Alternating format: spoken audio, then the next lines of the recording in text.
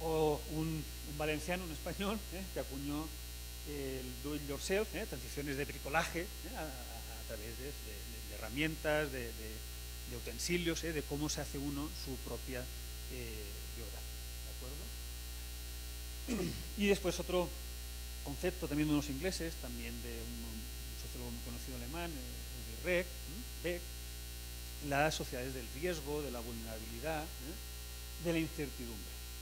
Eso también está relacionado con la liquidez. Lo sólido es más previsible, lo líquido es más imprevisible, por tanto genera más incertidumbre, y eso tiene mucho que ver con las elecciones. Porque muchas veces las elecciones se toman, o las decisiones se toman, en un contexto que no sabes, es difícil obtener qué consecuencias tendrá las decisiones y las elecciones que estás tomando como joven. ¿De acuerdo?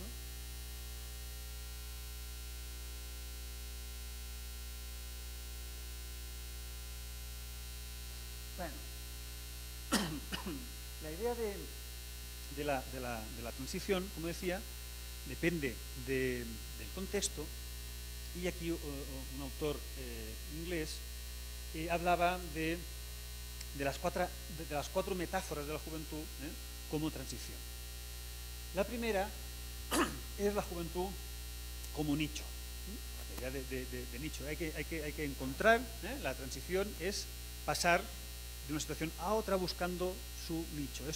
Esa metáfora bebe mucho de la primera perspectiva del ciclo vital, todavía en los años 50 y 60.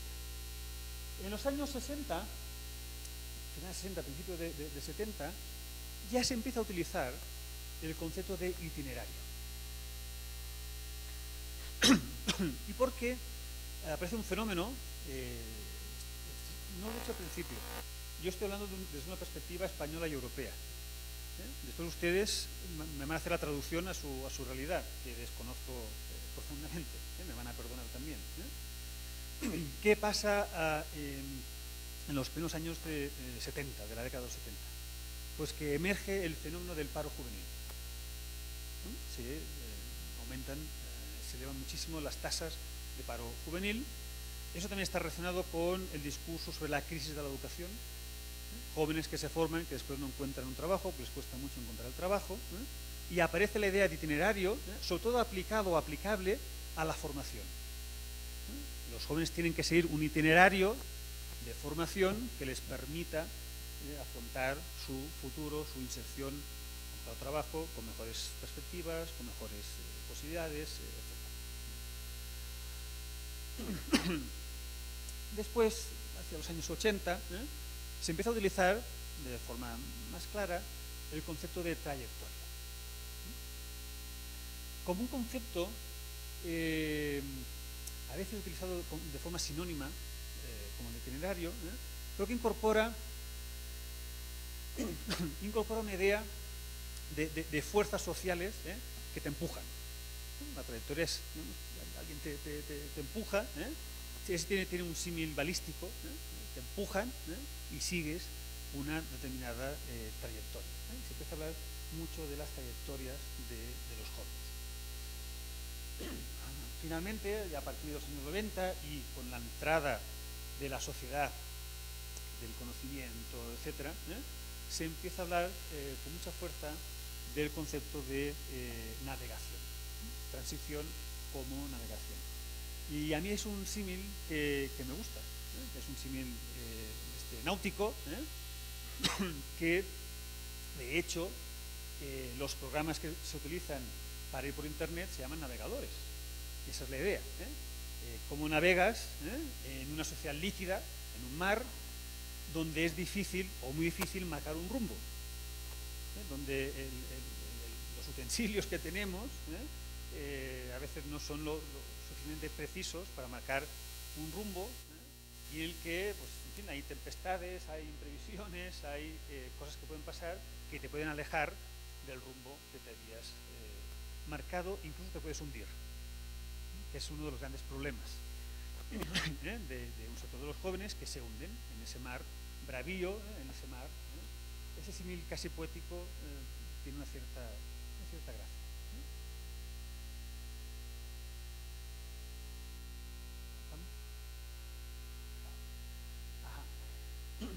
Bueno, y a partir de recoger un poco todas esas aportaciones de diferentes autores, ahí empezamos a definir lo que sería nuestra aportación más o menos original. Más o menos, y eso ya me lo dirán ustedes si lo han escuchado más veces o lo han leído en otros sitios, igual no somos tan originales como nos creemos, ni tan guapos, eso seguro.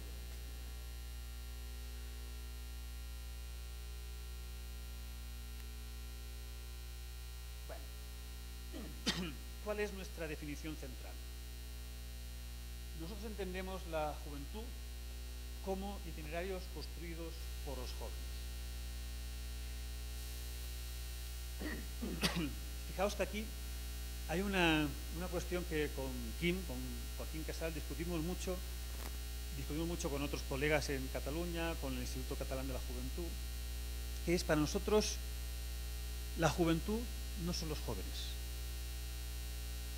Y a veces se utiliza de forma indistinta o de forma sinónima, y para nosotros no es lo mismo. Me permito explicar una pequeña anécdota. A nosotros nos encargaron la encuesta a la juventud de Cataluña del año 2002. Y una de las primeras cosas que propusimos fue cambiar el título. Nosotros no encuestamos a la juventud. La juventud es un concepto abstracto, es un proceso. Nosotros encuestamos a jóvenes que construyen su juventud. Bueno, nos dijeron de todo, que eso era una disquisición, en fin, académica, que no sé qué, que no, que a la juventud. Al final nos dejaron, por pesados, ¿no? A veces, ¿no? Te pones pesado y te dejan, venga, poned lo que queráis, pero en el año 2007,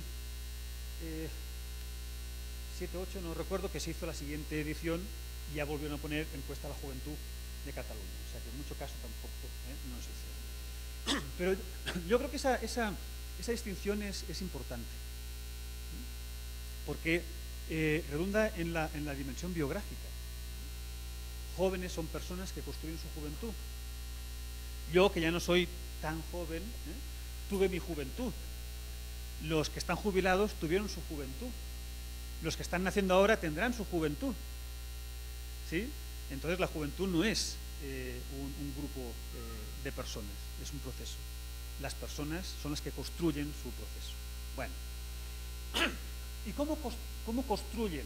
La palabra construir para nosotros es fundamental, porque responde a la perspectiva que decimos, que llamamos biográfica, porque es una construcción, es un constructo. ¿Y en base a qué?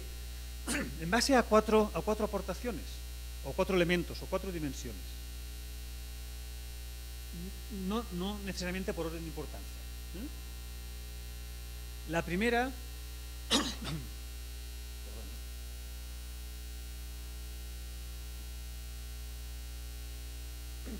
la primera son las elecciones, las decisiones.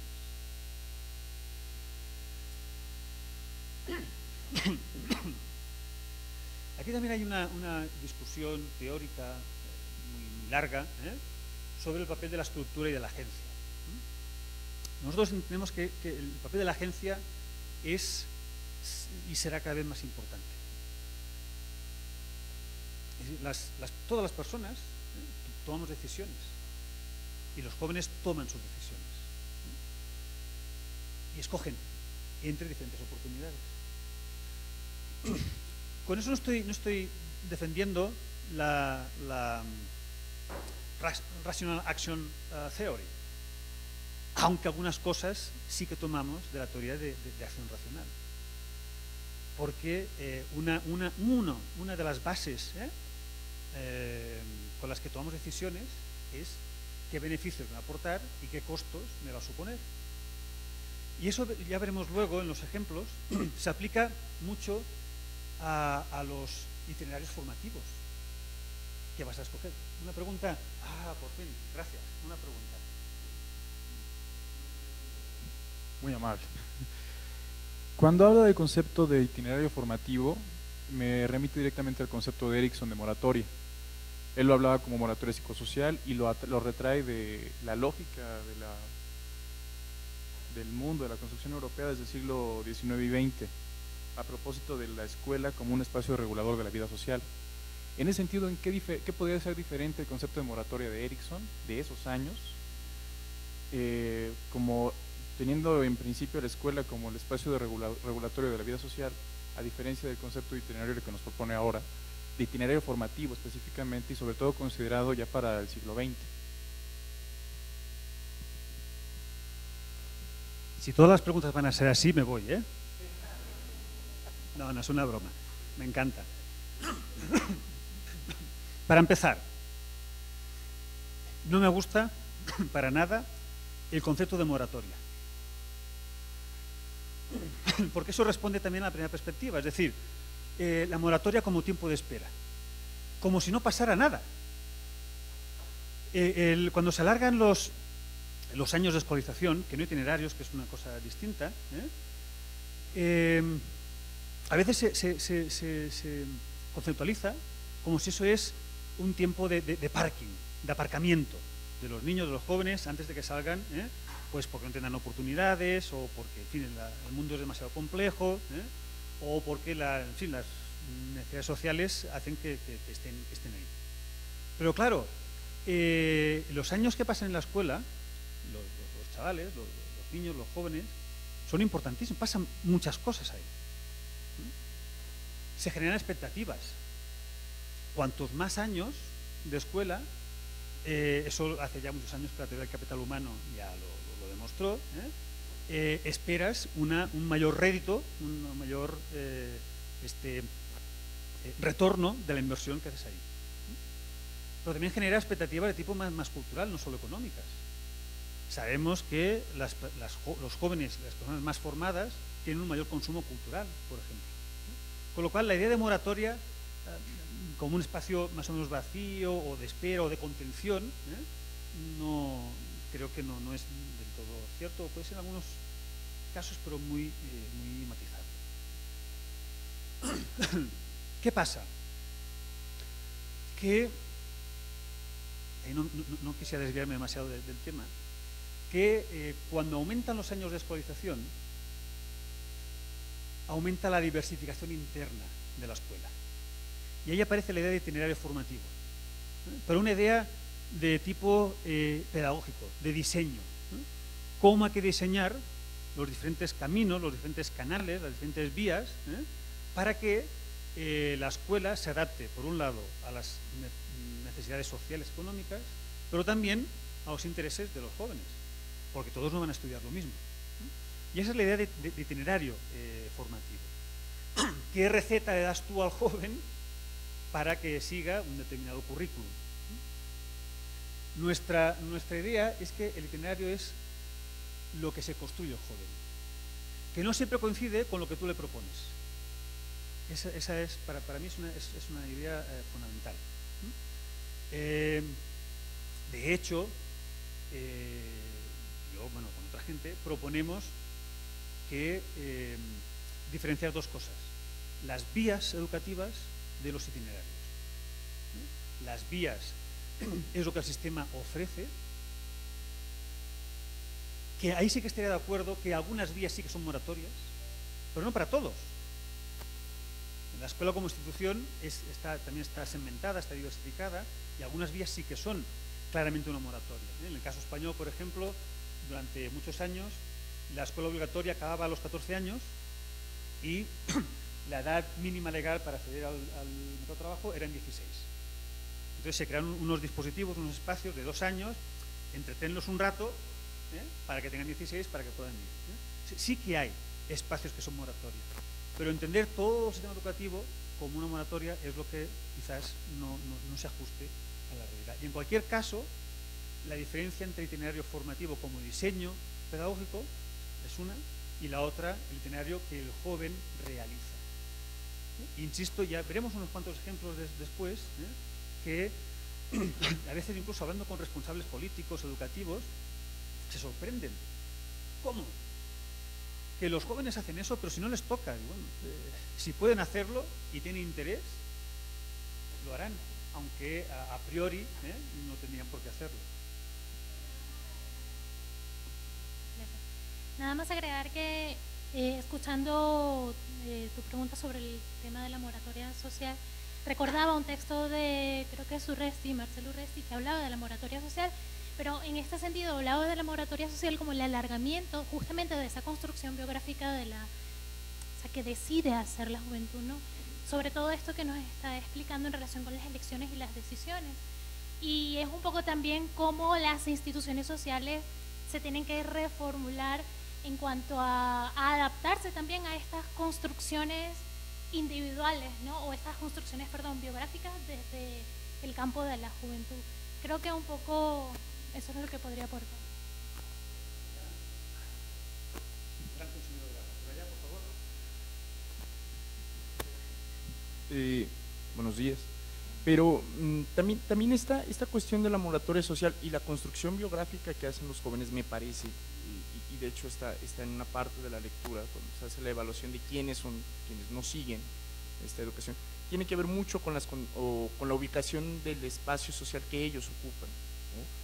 Es decir, me parece, yo trabajo un poco más con jóvenes pobres, digámoslo así, o clase baja, y por ejemplo, la construcción de su itinerario no necesariamente pasa por una construcción educativa, que a final de cuentas es una inversión de tiempo, o se tiene esta cuestión de la inversión de tiempo por una especie de recompensa futura, ¿no? Que es mucho esta idea de la movilidad social, es decir, la educación como un ascensor social, ¿no? Y ahí me parece, por ejemplo, que estos jóvenes, yo trabajo con gente de la Merced y demás, construyen a partir del trabajo, ¿no? Y de hecho, por ejemplo, ahí las instituciones educativas no hay un proyecto, o sea, es como que hay una tensión, de hecho, ¿no?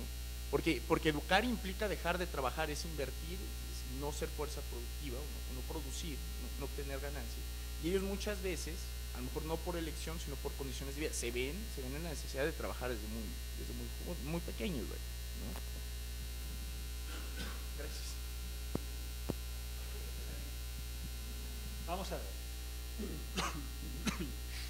Insisto en que la idea de moratoria no me gusta.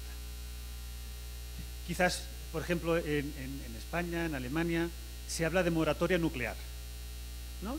Que es decir, de ese tema no vamos a hablar, ¿no? O sea, no se va a hablar. No se van a instalar más centrales nucleares en unos años, ¿eh? Como dijéramos, la idea esa de congelar, ¿eh? Y no me gusta. La idea como de espacio vacío, como una moratoria, pero bueno, entiendo que se puede utilizar con otras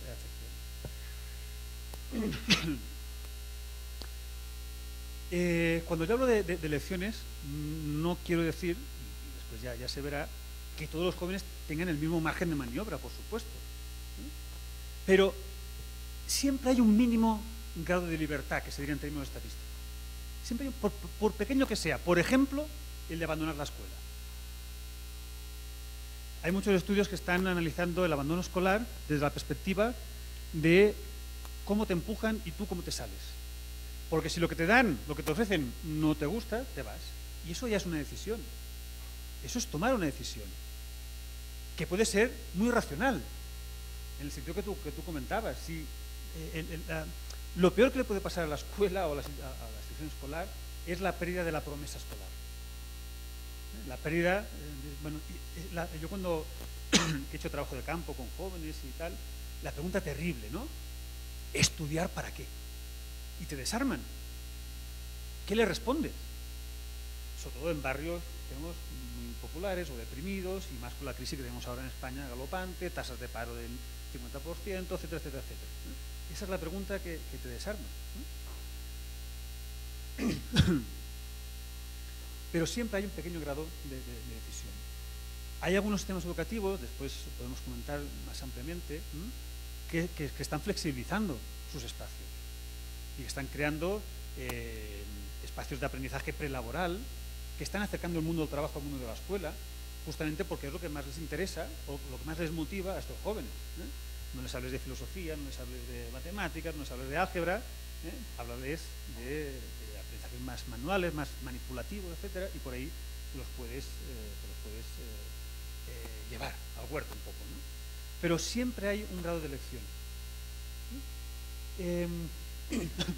Avanzo aquí en la segunda dimensión, que es la dimensión emocional, que está muy poco, yo creo que está muy poco estudiada, muy poco aplicada al campo de las transiciones. Yo mismo lo he trabajado muy poco, pero tiene un papel, por ejemplo, en la autoimagen. Yo hice mi tesis doctoral sobre la evolución de la formación profesional en España. Y me dediqué a hacer entrevistas, grupos de discusión, en fin. Y una de las cosas más fuertes que había chicos de clase media, yo a la FP, ni en pintura.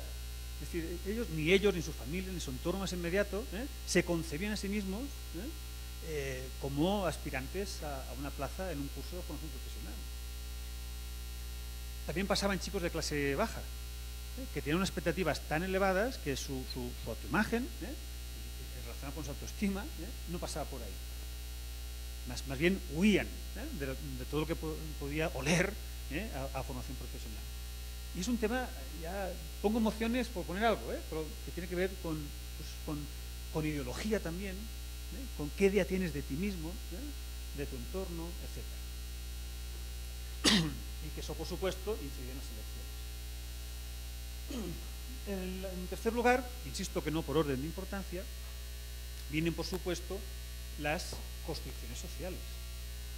Somos sociólogos y sabemos el peso que tiene la estructura social, las desigualdades, las tres clásicas, ¿no? Clase, género y en la etnia o grupo étnico también te limitan estas construcciones sociales. Pero estas construcciones, estas limitaciones, no operan en el vacío, no operan en abstracto, operan a través de las elecciones y de las emociones. Y en algunos casos se pueden modificar. En algunos casos, a veces por puro azar, a veces por sucesos que pasan en la misma escuela, por ejemplo, se pueden modificar. Nosotros no compartimos demasiado la idea determinista, es decir, dime de dónde vienes y de dónde vas. Te diré dónde es probable que vayas. Pero puede haber un montón de cosas que pueden pasar que te pueden desviar. Para mí el concepto de desviación es un concepto en positivo. Te pueden desviar hacia otro lado, efectos no queridos, por ejemplo, que pueden acabar bien o pueden acabar mal. Y después otra cuestión, que esta tiene mucho que ver también con la dimensión política, que comentaré después, que son las oportunidades que te ofrece el contexto. Entonces aquí pues es una evidencia, pero no es lo mismo estudiar en Barcelona que en un pueblecito del Pirineo catalán, como no es lo mismo estudiar en DF que estudiar en Chiapas. Las oportunidades que te ofrece, tanto las oportunidades educativas, de oferta educativa, como de oferta laboral, como incluso de acceso físico. Una de las cosas que me comentaban los alumnos que yo entrevistaba, que para escoger un centro de secundaria, una de las cosas que tenían que mirar era si había transporte público para acceder. Entonces, su radio, dijéramos, de acción estaba limitado por las posibilidades de transporte, por ejemplo. Y eso aplicado a la educación, aplicado al trabajo, aplicado a la cultura, a las oportunidades culturales, aplicado, por ejemplo, a las oportunidades de tiempo libre, de recreación, en fin, cómo el contexto ofrece muchas, pocas o en algunas ocasiones nulas oportunidades, con lo cual las elecciones también pierden su sentido. Cuando no hay ninguna oportunidad, pues casi no puedes, digamos.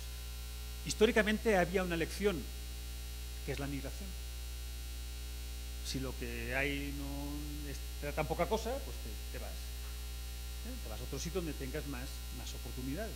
Y ese es el motivo, yo creo que ya prehistórico, ¿no? de las migraciones. Buscar sitios donde haya más oportunidades de caza, de matrimonio, o de encontrar pareja, o de crear una familia, o en fin, de ampliar estudios, trabajo, etc. ¿De acuerdo? Bueno, itinerarios como constructo biográfico, no como diseño pedagógico, ya lo comenté antes. Y aquí un poco para distinguir entre itinerario y trayectoria, para nosotros itinerario es aquello ya realizado y trayectoria lo que te falta por realizar.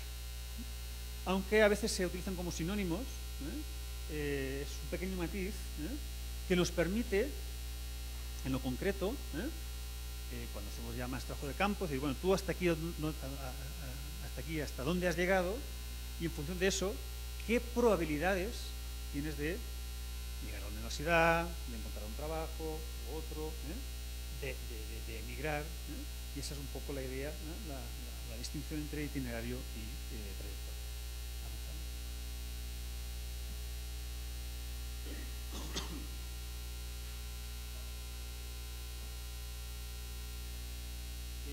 No sé ni qué hora es. 12. Tenemos hasta las 2, ¿no? ¿Sí o no? Sí.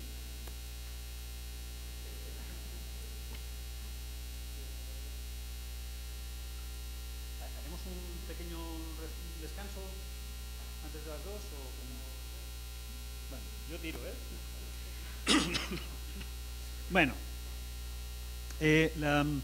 este proceso de transición, por supuesto, no se da en el vacío, tiene un contexto o varios contextos de transición.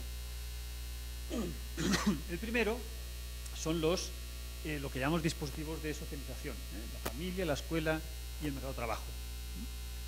A pesar de todo lo líquido, todavía hay familia, todavía hay escuela y todavía hay mercado de trabajo. Y a pesar de todo lo líquido, no es baladí, no es irrelevante, no es insustancial en qué familia te ha tocado nacer, a qué escuela has sido o han escogido tus padres para ti, y no es irrelevante qué tipo de mercado de trabajo existe en un territorio determinado.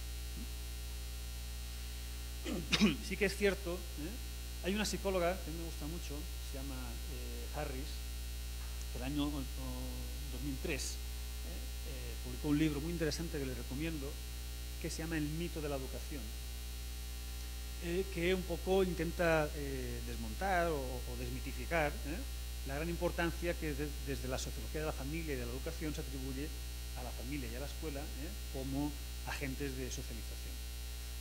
Y destaca la gran emergencia que tiene el grupo de iguales, como grupo de referencia, tu referencia, para tomar las decisiones educativas, sociales, vitales. Ella pone, entre muchos otros ejemplos, el tema de la lengua de los jóvenes inmigrantes. Muchos jóvenes inmigrantes se ascriben más a la lengua de sus coetáneos que no a la lengua de sus padres, para sentirse más y mejor integrados. Bueno, hay toda una discusión, y mi opinión es que por mucha liquidez, por mucho grupo de iguales, que tenga su emergencia y su importancia, la familia, la escuela y el mercado de trabajo todavía son, digamos, dispositivos de socialización, de creación de autoimagen, de autoestima, de expectativas, etc.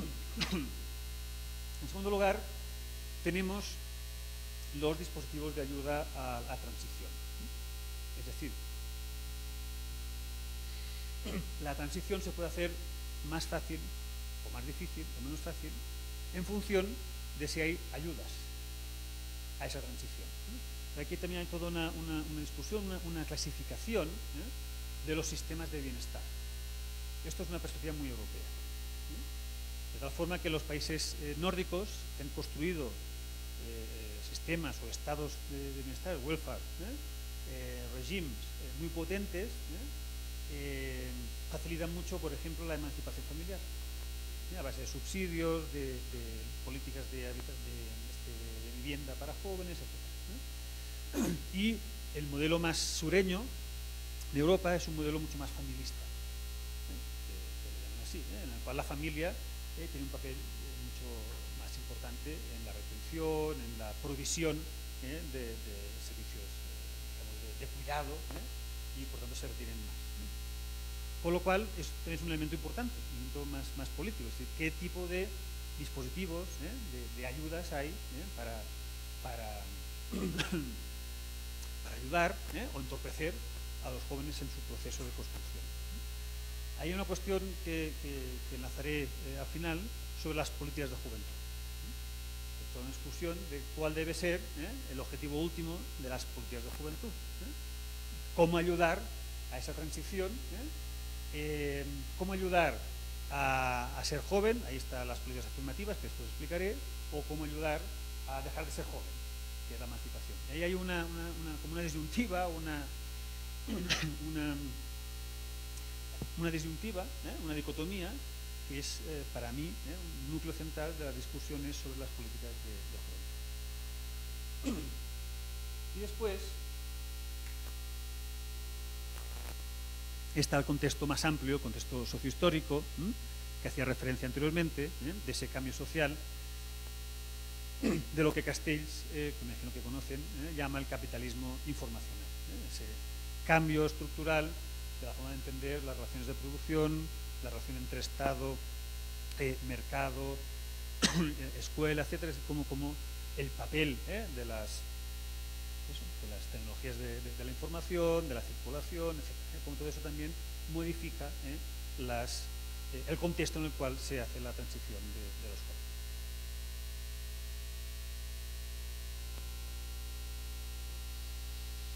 jóvenes. Bien, un apunte más sobre las desigualdades. Como os decía hace un rato, una de las críticas a la perspectiva del ciclo vital y de la generación era que expulsaban, por decirlo de alguna forma, a los jóvenes de la estructura social, y nada más lejos de la realidad. Los jóvenes forman parte de esa estructura social. Ahí, junto con Kim, mi mentor, estableció una diferencia, que puede ser poco sutil, pero en fin, creo que es importante, entre la condición juvenil y la situación social de los jóvenes. La condición juvenil es el proceso de enclasamiento. Es una palabra un poco así, neologismo, que es dónde está tu punto de partida, dónde está tu punto de llegada en la misma estructura social. ¿De qué posición partes y a qué posición llegas? Y después está la situación social de los jóvenes, que eso depende, es una articulación entre las promociones, las edades y los periodos, que ahora explicaré.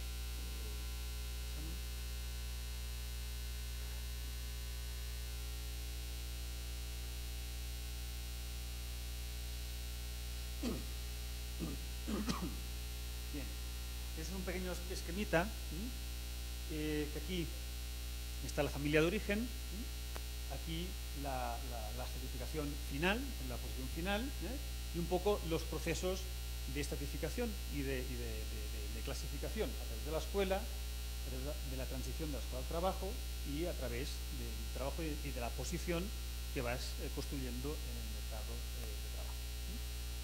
Y aquí hay dos elementos, la familia y el entorno, que acompañan o entorpecen, a veces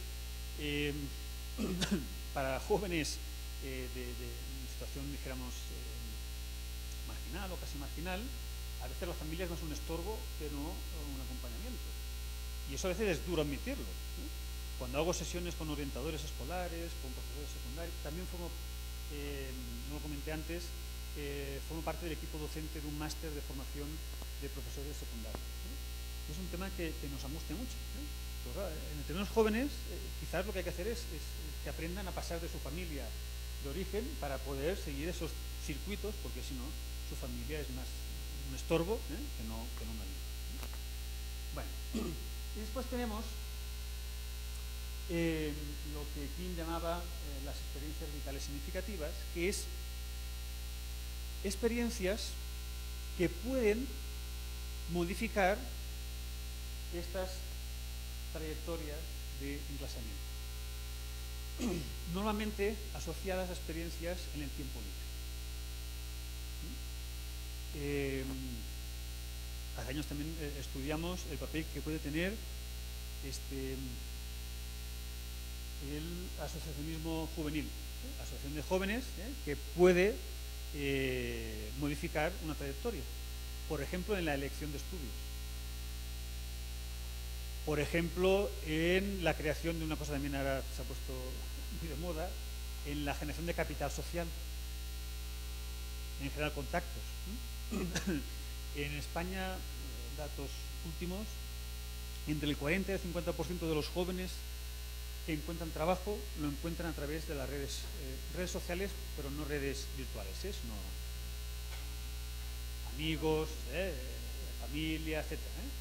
Hay una versión castiza, que es el enchufe, este ya tiene enchufe, y una versión más moderna, más sociológica, que es que tienes capital social. Bueno, algunas palancas dicen ustedes, ¿no?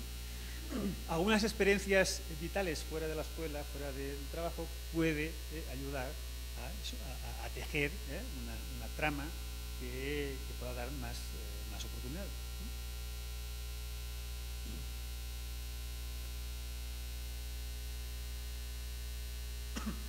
Algunas experiencias pueden tener implicaciones negativas.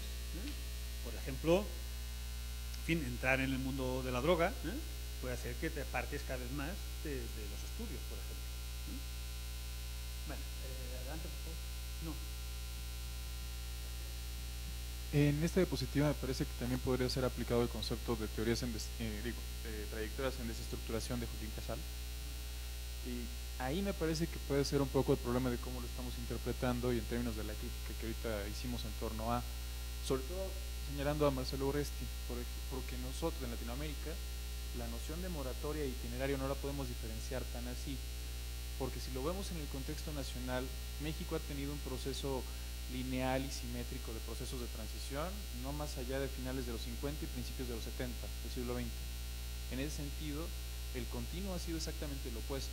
La perspectiva muy europea que se presenta aquí, y es la principal crítica que en Latinoamérica se hace a la teoría de las transiciones, es esa, que es poco aplicable al entendimiento de la construcción social en América Latina, por ejemplo, porque los procesos de trayectoria y enclazamiento son, lejos de ser el común, son los menos. En ese sentido, el uso de estrategias distintas para poder incorporarse al trabajo, el uso de palancas y todo ese tipo de cosas, son las más de las veces. Y en buena medida a la escuela se le considera como un parque social, un estacionamiento público donde los jóvenes se les pone y se les monta ahí, porque es en donde pueden estar en vez de estar en las calles sino nada, o están en la promesa de futuro y transformación, pero queda como promesa. Entonces, en ese mismo sentido, autores como Urresti, como Pérez Amador, como Juvenal Centeno, modifican esta consideración de itinerario y lo utilizan como moratoria en buena medida. Porque también si lo vemos a partir de la idea del ciclo vital con Elder, no tiene mucha diferencia el concepto de itinerario así como está presentado, porque antes de los 60, 70, bueno, 80 y 90 está presentando la concepción de transición. Previamente los jóvenes seguían teniendo oportunidades y contratiempos y seguían haciendo uso de sus capacidades para poder avanzar o retroceder más allá de esta concepción estructurada, lineal y simétrica, porque en buena medida el debilitamiento de los rituales de pasaje y la erosión y flexibilización de las estructuras es mucho más visible en contextos como el nuestro que en Europa, y eso hace difícil la disociación de estas concepciones, me parece.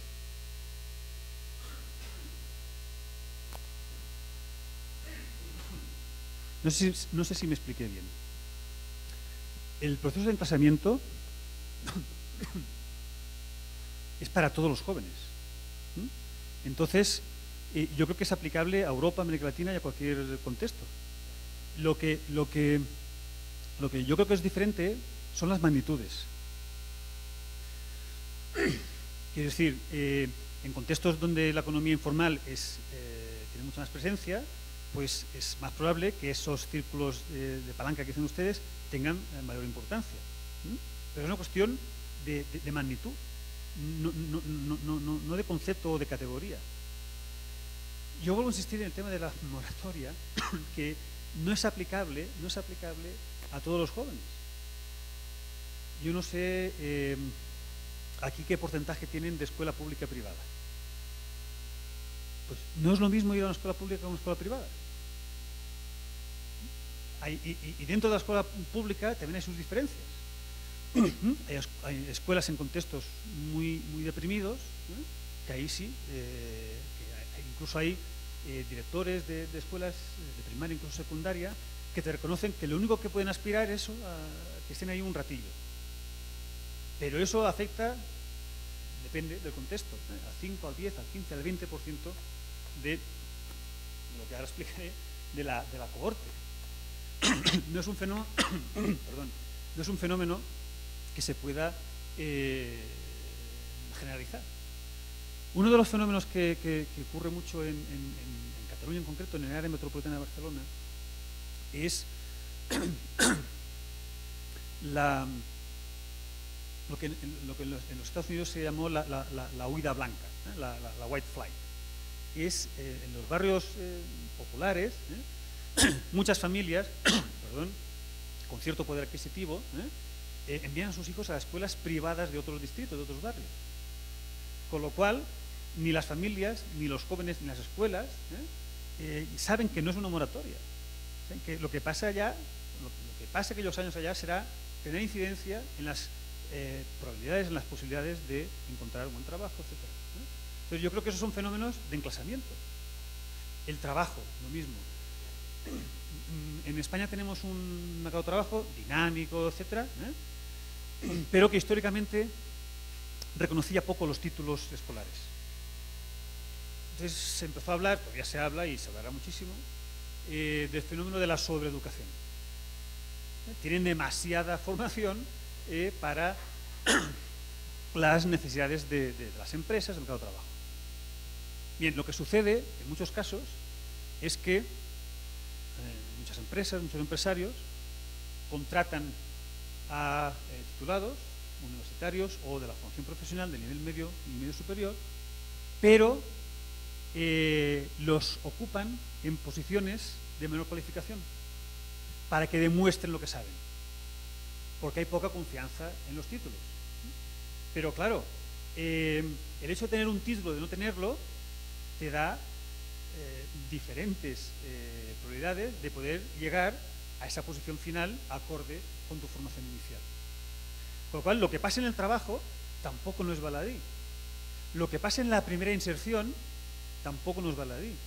Los periodos de paro, de salir, de entrar, si son muchos y continuados, pues tendrá consecuencias negativas. También hay una idea muy extendida, y también se hacen muchas tesis doctorales y muchos estudios, que los jóvenes han perdido el valor del trabajo, como si no les importara, o que ha perdido el valor expresivo y ya solo está el valor instrumental. Bueno, también hay mucha discusión y yo creo que también hay que avanzar un poco en la investigación empírica. Vamos a ver si podemos operativizar, porque a veces ese es un problema de operativizar bien. ¿Qué quiere decir motivación instrumental y qué quiere decir motivación expresiva? Y a partir de aquí, a ver si es verdad que los jóvenes han perdido, algunos han perdido esa motivación expresiva y solo quieren instrumental. Pero una persona joven que pasa 5, 6, 7, 8, 10 horas diarias en un trabajo, es que aunque no quiera, al final le va a afectar en su construcción, digamos, de su autoimagen. Y le va a marcar en su horizonte de clase. Un pequeño ejemplo también de una investigación. Allí hay muchos estudiantes de formación profesional de las ramas más técnicas, industriales. Allí tenemos dos tipos de formación profesional. La que llamamos de grado medio, la de grado superior, y después ya está la universitaria, la formación de ingenierías, etc. Muchos estudiantes que estudian una formación profesional lo que quieren es dar el salto, que no fueron buenos estudiantes en la prepa, en el bachillerato, se van a la formación profesional, pero lo que quieren es ir a hacer una ingeniería para subir, además te lo dicen así, para subir del taller a la oficina. Porque no quieren pasarse la vida ensuciándose las manos y con un mono, no sé cómo dicen ustedes, un mono azul. Quieren subir a la oficina y sentirse técnicos, ingenieros, etc. Y eso es identidad. Y cobrar más, por supuesto, eso es instrumental, pero también es identidad. ¿Cómo te presentas tú? ¿Con qué tarjeta? Licenciado, maestro, doctor, eso es identidad. Técnico, técnico especialista o peón. Y eso también es enclasamiento. ¿Por qué quiere decir eso? Bueno, no sé si contesté. Vayamos a la situación de los jóvenes. Ahí hay 3 dimensiones muy importantes, que es la promoción, la edad y el periodo.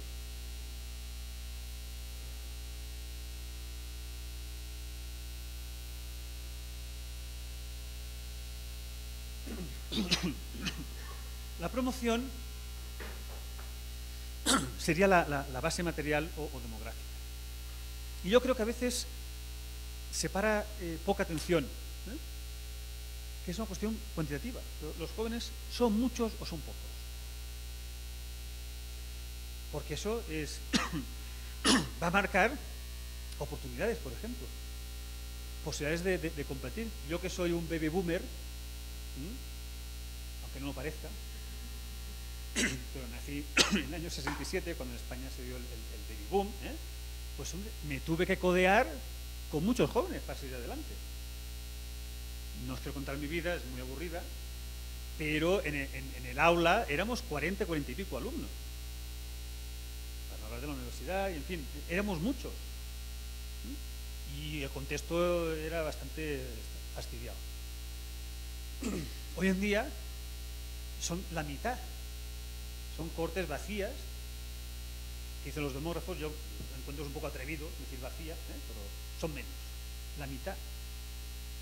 Claro, cuando se habla, por ejemplo, de la altísima tasa de paro juvenil que hay en España, pues no es lo mismo hablar de un 50% sobre una cohorte de 400.000 que sobre una cohorte de 800.000. El problema social, digamos, es muy distinto.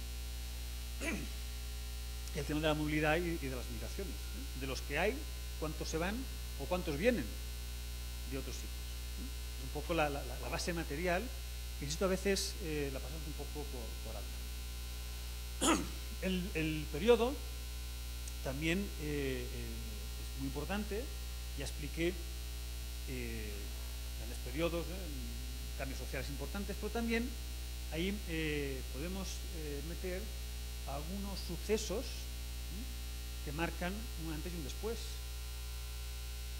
que marcan posibilidades.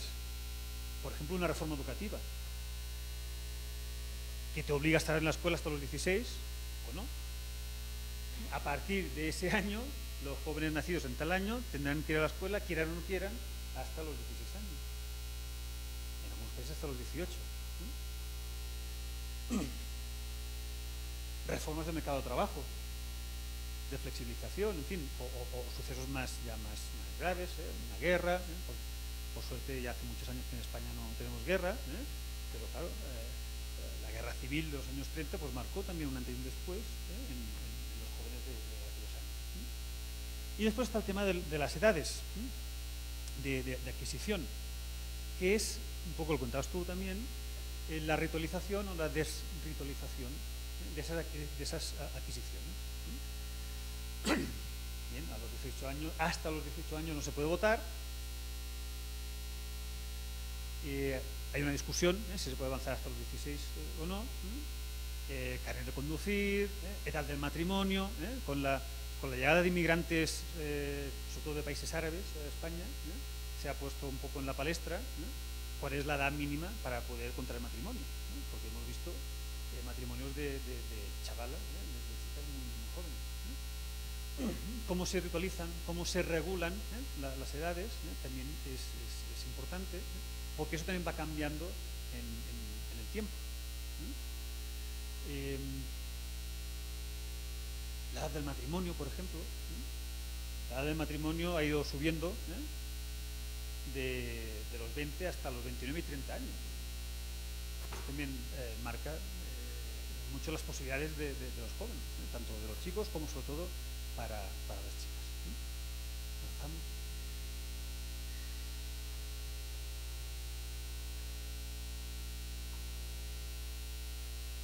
Bueno, de todo eso se deriva una consecuencia epistemológica que a su vez tiene consecuencias metodológicas, que es que la mejor forma de estudiar, de analizar el fenómeno de los jóvenes, de las trayectorias, es la perspectiva longitudinal. Es un poco nuestro aporte, nuestra aportación al estudio de los jóvenes. Con dos problemas, bueno, con muchos, podemos resumir en dos. El primero es la operativización. ¿Cómo se operativiza? Bueno, es un problema general, epistemológico, de cómo pasar del concepto al indicador, pero que en la perspectiva longitudinal añade una dificultad más. Y la segunda, que es más operativa, es la disponibilidad de los datos. Cómo construir datos que sean longitudinales para reconstruir los itinerarios y las trayectorias de los jóvenes. Les voy a mostrar cinco ejemplos con 4 aplicaciones concretas que hemos desarrollado para intentar construir diferentes técnicas de tipo longitudinal. Bien. La primera es la entrevista retrospectiva, que ya en el año 89, si mi memoria no me falla, ya se hizo una gran entrevista, que se trata de